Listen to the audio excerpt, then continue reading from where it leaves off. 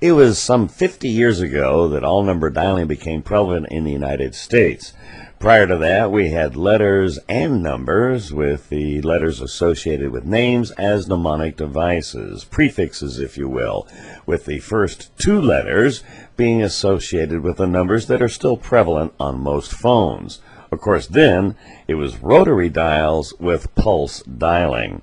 The Southern California area is shown here, with the 213 now in 8 area codes, and the 805 and the 714 being split up as well. The dual numbers indicate an overlay where you have to dial all 10 numbers, with both area codes being effective therein. Here's a map of the greater Los Angeles area with the prefix names that were prevalent at that time.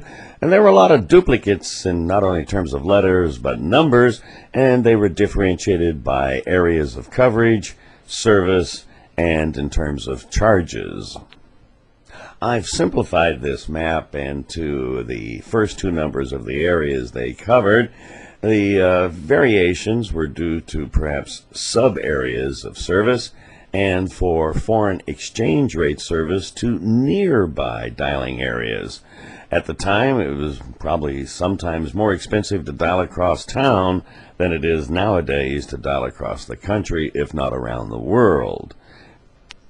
The prefix names, the first two letters were capitalized to remind you with the numbers associated for the first two numbers for you to dial.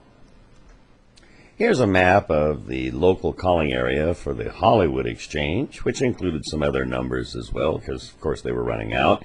And it showed some toll-free service to Glendale, Burbank, North Hollywood, Beverly Hills. And as of a couple of years ago, they added in Culver City. It was a 2-zone charge, which is now free.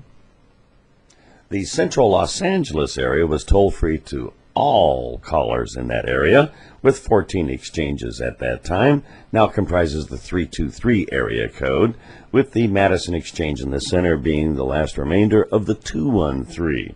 All callers were able to call toll-free to all of these, with the nearby ones being also toll-free. In what now has become 8 different area codes for the greater Los Angeles area, well, the toll-free status for dialing nearby areas remains, even though one may now have to dial an area code. The exchanges many times have been broken up into smaller exchanges.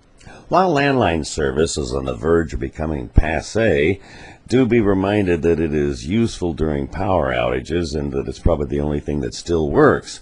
The two remaining major companies, of course, are Verizon, formerly GTE, and AT&T, formerly Pacific Telephone.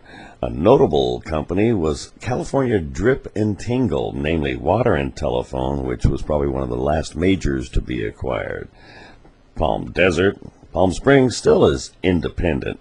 There were various dialing areas which you need a foreign telephone service provider. With relative costs becoming sufficiently small, the need to look at the instructions has become almost moot.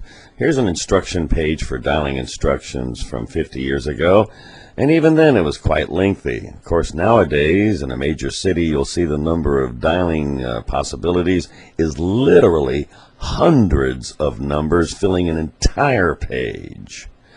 In a moment, there's going to be a list of all the associated prefix names and their geographic areas. First, for those in Southern California outside of the Los Angeles original 213 area, and then those within.